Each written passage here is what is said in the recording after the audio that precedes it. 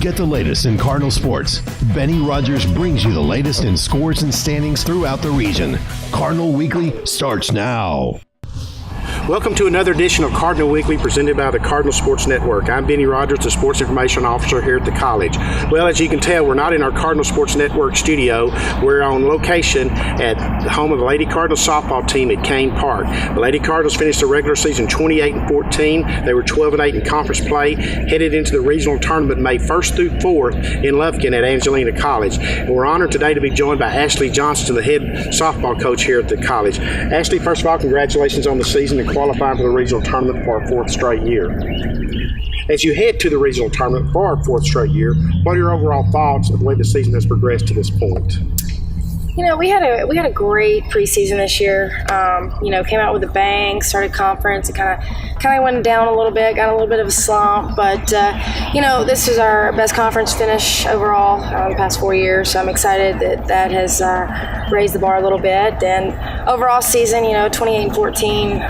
I think that's probably the lowest losing percentage I've had to this point. So, we've got a great and talented group this year. Biggest thing I think is right now is we're ready to go in and play. We've sat for 2 weeks and we're taking the game away from a little bit, get out here and practice, and we'll be ready to open the door to the regionals. As you look back at the season, talk about the contributions of your sophomore class. I think there's 7 young ladies in that. Of course, last year they got to experience the national tournament for the first time in school history. What have they meant to your program this year? Last year they really came together and it was a huge part of our success, and kind of the same this year. They've all taken their parts in doing certain things, all 7 of them. 3 really big leaders for us. Alex Elkasaki, she's done it quite a lot this season, just a very strong hitter. Came out and hit a 3-run homer to put us in the lead against Navarro to take that win against Navarro, and played in Kilgore the other day. We're down. We finally tied the game up 6-6. She comes up and hits a 2-run homer. She's just very, very strong with the bat, and we've been fluctuating with her first, second, and third batting order. So, she's coming up swinging the bat hard. Erica Jordan, obviously, she's doing what she needs to be doing every year. But she's swinging the bat very well. She's batting about a 470 in conference right now and almost a 500 on the season. So she's swinging the bat really well. Played Kilgore the other day, and they walked her 7 times. She was a little aggravated with that. So hopefully she gets to swing the bat in the regional tournament and show everybody else what she's got. But Kayla Cosby, obviously our strong arm on the mound. As a sophomore returning, she's done everything I could ask for her to do.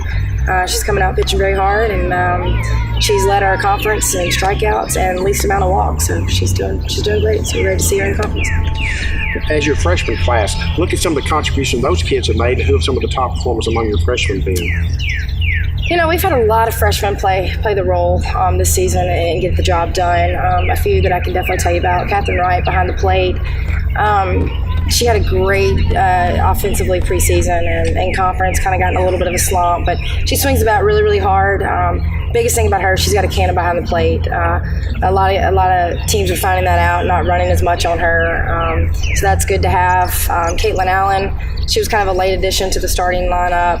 Put her in against Kilgore when we were there. She ended up going 6 for 6 and opening my eyes up to some things that she was able to do. So she's been on the field for us. She's done a tremendous job right now. I think she's batting like a 570 for us. Dana Reynolds, obviously we've produced really great center fielders in the past. Dana's in center field.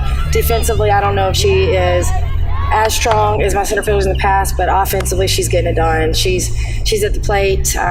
She's a lefty, so people think she's going to put the ball slapping. She gets up and just really hits it hard. So she comes up, she's a big, strong hitter from the left side and has given us a lot of doubles this season. So, and last but not least, probably Mackenzie Robinson. She's kind of been both aspects, offense and defense for us. Offensively, she's our 5th batter, and she can swing the bat really, really hard as well. And defensively, she's getting it done on the mound behind Kayla Cosby and giving us a different outing with pitching. So, well, with the regional tournament at hand, as we talked about, what are your expectations going into it for your team? I don't want this team to think that we're going to hit our peak at regionals like we did last year. I think that was one of the biggest things of me deciding not to play these 2 weeks that we have off because, it's been 8 days in and I'm already antsy, to play. We play so many games throughout the season and don't get this big of a break, so it's kind of hard sitting. So, I'm hoping that they take these 2 weeks and they sit and they're ready to explode when we get there. But, just kind of studying up on the teams that we will be facing. Angelina, played them 3 times this season, beat them all 3. Played, obviously, Navarro 4 times and got a win out of them. And possibly could have got another one at 3rd place, but had some pretty bad calls, so kind of turned the game around a little bit. But haven't seen Galveston, San Jack, or Blinn, but I think we'll be ready for anybody they throw at us. Region 14 really hasn't produced a dominant team this year.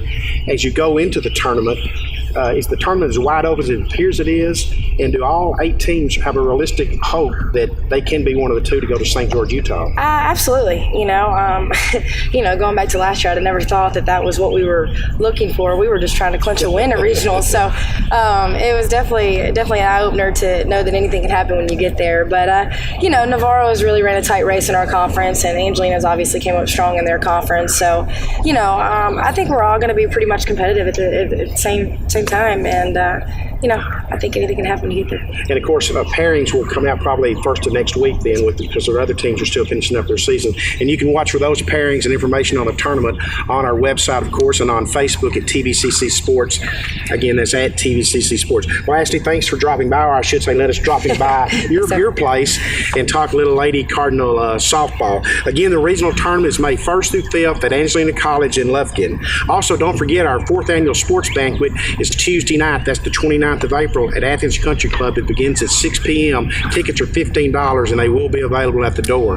That's going to wrap it up for this edition of Cardinal Weekly. For the Cardinal Sports Network, this is Benny Rogers reporting.